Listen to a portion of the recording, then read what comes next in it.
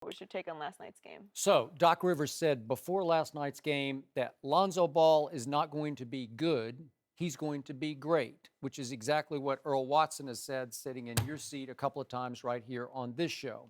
And then Lonzo Ball went out and proceeded to have by far his worst game as a professional, a game that the Lakers at home should have won, a third game they have blown at home because of Lonzo Ball. I'm going to lay most of the blame at his feet because he is the point guard for this team, and he didn't even play the floor game that he usually plays and obviously shot the ball pathetically, and I won't even begin to try to defend what happened. But I will say this. It amazes me that he's going to play 82 regular season games, and we are going to dissect every game every day on this show. We do it like clockwork, and we actually set his bar up like it's a Magic Johnson high bar, like he's got to be Magic Johnson, and it's because of the negativity that his father has continued to generate that is now sort of surrounding Lonzo's performance. Everybody wants Lonzo to fail because they want LeVar to fail.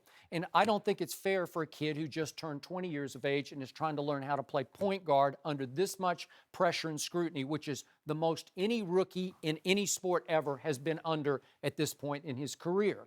So last night, he continued to shoot the ball. He's in an all-time awful shooting slump. I've never seen anything like it because he was a 41% three-point shooter at UCLA last year. He was the MVP of the NBA Summer League. I'm not saying it's a high degree of difficulty, but he was the MVP, and now he cannot buy a three-point basket. He made one early in the game, and then it got worse and worse, and the shooting slump is affecting his overall game because he's gotten timid. He's not aggressive. He doesn't attack anymore. So last night, this was a highly winnable game. And by the way, I think those three games, if you add them to the Lakers' record, they would be 11-9 if they'd won those three games they should have closed the deal at home.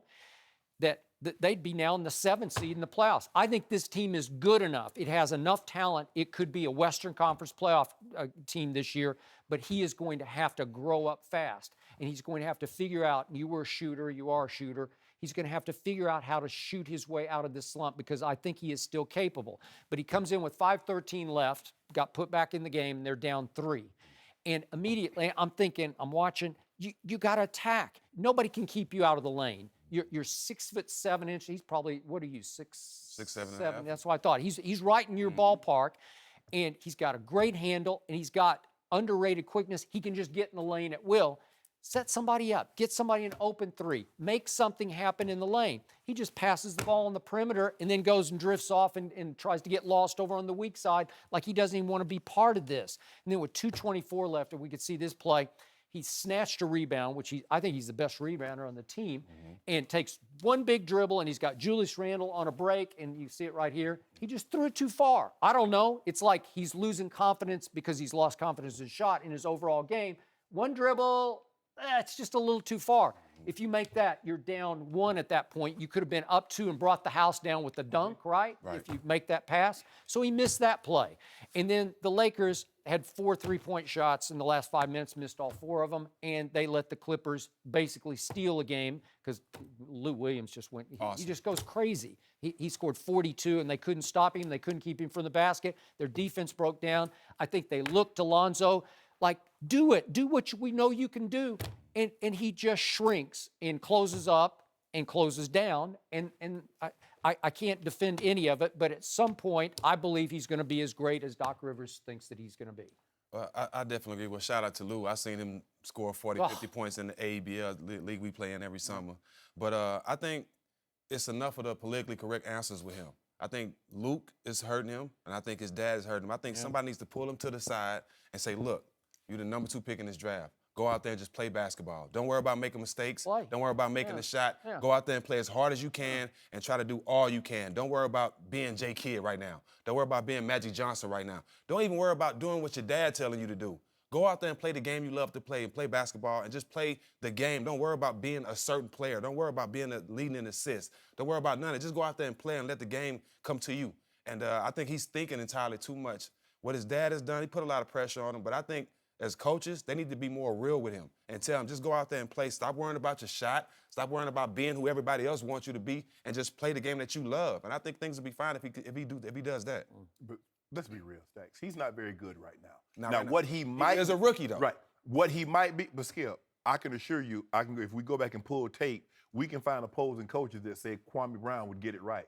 Michael Olowokandi would get it right. No question. Okay, are you saying he's that? No, Skip. I'm just saying you keep. Well, saying, go ahead. No, You Skip, can. You have the He's right. definitely not that. Skip, Put it on tape. Skip, you keep saying he shot the ball at 41% at UCLA. He did. Every guy in the NBA was a hell of a basketball player in college. No, That's how they got to the There are NBA. a lot of bad shooters who are really good athletes who make it in the NBA, and they learn how to shoot. And there are really good shooters that don't do really well in the NBA. That's just a part of it. Magic wasn't much of a shooter in college. Michael Jordan wasn't a great shooter in college. Yeah, you got to realize, too, summer league and actual regular I season, know, that's it's two different levels of basketball. And the thing, Skip, last night, this was a night that Luke Walton should have stuck to his gun and rolled Jordan Clarkson home. He's better. Jordan Clarkson, and I keep telling Skip, he's a better player right now. You know what? He is. You could have played both of them, given who was on the floor, because Austin Rivers and Lou Williams were on the floor. Yeah. You could have, if that's the way you want to go. But Skip, I mean, the way he's missing it, Skip, I keep telling you, he's shooting the ball on one side, and the ball is hitting the backboard on the other side from three.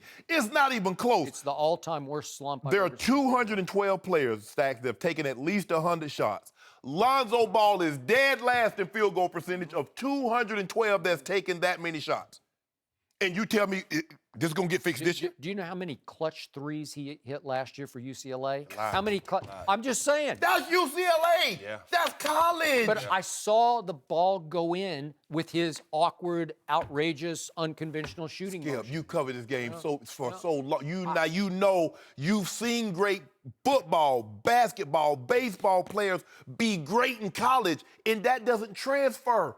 So, I mean, why do we keep I know, but it's just a shot. Did the shot go in? That's the one thing about basketball. It's different from the other games. Either the shot goes in or it doesn't go in. And I saw it go in. I saw it go in the summer league. It doesn't matter who's guarding you. If you make it under pressure, he made clutch. Every time UCLA needed a big basket, he shot a three. Well, I'm missing something. I'm missing something. Well, I just told you he's in the worst slump I've ever seen. And it You only started said on it for a year, opening Skip. night. So do you think he's a terrible shooter? He is. Okay. Are you willing to say he's a bust? Skip, the man played 14. The guys played 20 games. Skip, damn. Okay. Well, that's you should be listening to yourself. Skip, all I'm saying is Jordan Clarkson is a better He's played player. 20 games, Shannon. Damn. But Okay? Jordan Clarkson. Well, that's what you just said to me. I know, but Damn. I'm trying to win. Yeah. And Jordan Clarkson give me a I better think- chance of winning. I told you I thought this Definitely. game's good enough to be in the playoffs, and I think They're it's not still going to no could be. playoffs. I don't know. Playoffs? Well, they're just a game out right now. Have you looked at the Western Conference? What's happening at the bottom? They're game out. They're a 20 bunch game- of disasters. check back with me in Yeah. 20 more games. Let's Well, see how far they're out. Hey, well, he's had a couple triple doubles. Who had the game high assists last night in this game? Help me out here. I don't know. Skip, he Box was a score. minus 12, and he Oh. only played 26 minutes. Was that the worst on his team? No. No. He has a lot of growing pains, but one thing that I do like on the positive side, he has something that Tim Duncan had in him. Out of all the stuff that's being thrown at him, out of all the people that's saying this, you should do that, you should be JK, you should be Magic, his composure. He hasn't lost his composure not one time. Now, I want to see him have way more fire, way more passion, go out there and scream, get a technical foul, do something to get yourself going. You know what I'm saying? But he has a lot of Tim Duncan in him. No, he ain't gonna get no tech. You saw how he You walked can't by. teach that, though. You saw how he walked by with that little scrum with Caldwell Pope. And Yeah, but- Euler. He ain't gonna get no I tech. took up for him on Instagram. He did right. No. They ain't gonna fight. Ain't nobody gonna fight on the But court. I lost $3 million running the stands. No, and but- if I would have fought this game, nobody would have had my back. So do right, save your money, But you- go to the sideline. Because Stack. when he got knocked down by Patrick Beverly, who ran up and helped him? They ain't want to run him off Nobody. that. Right. So that's But you already this know is that the NBA now. You already know they're not gonna fight, so you just make it. That's gonna be good. Hey, come on, man, y'all break it up. Knowing they ain't gonna do nothing. The NBA has seen too many pushing and arguing to make it look good for TV. You know what I'm saying? I tell you what else He did happened, right. Skip. Guess what else didn't happen last night, Skip? Tell Stacks what didn't happen last night. What didn't He ain't shooting no free throws. Again, a game with no free throw What have I attempts. said every time we've done this topic? Take the ball in the lane. More aggressive. Just be, I don't know what's wrong. Thanks for watching. Subscribe here to get the latest from the show. Be sure to check out more of the best clips from Undisputed, or go watch a few segments from the newest show on FS1, First Things First, with Chris Carter and Nick Wright.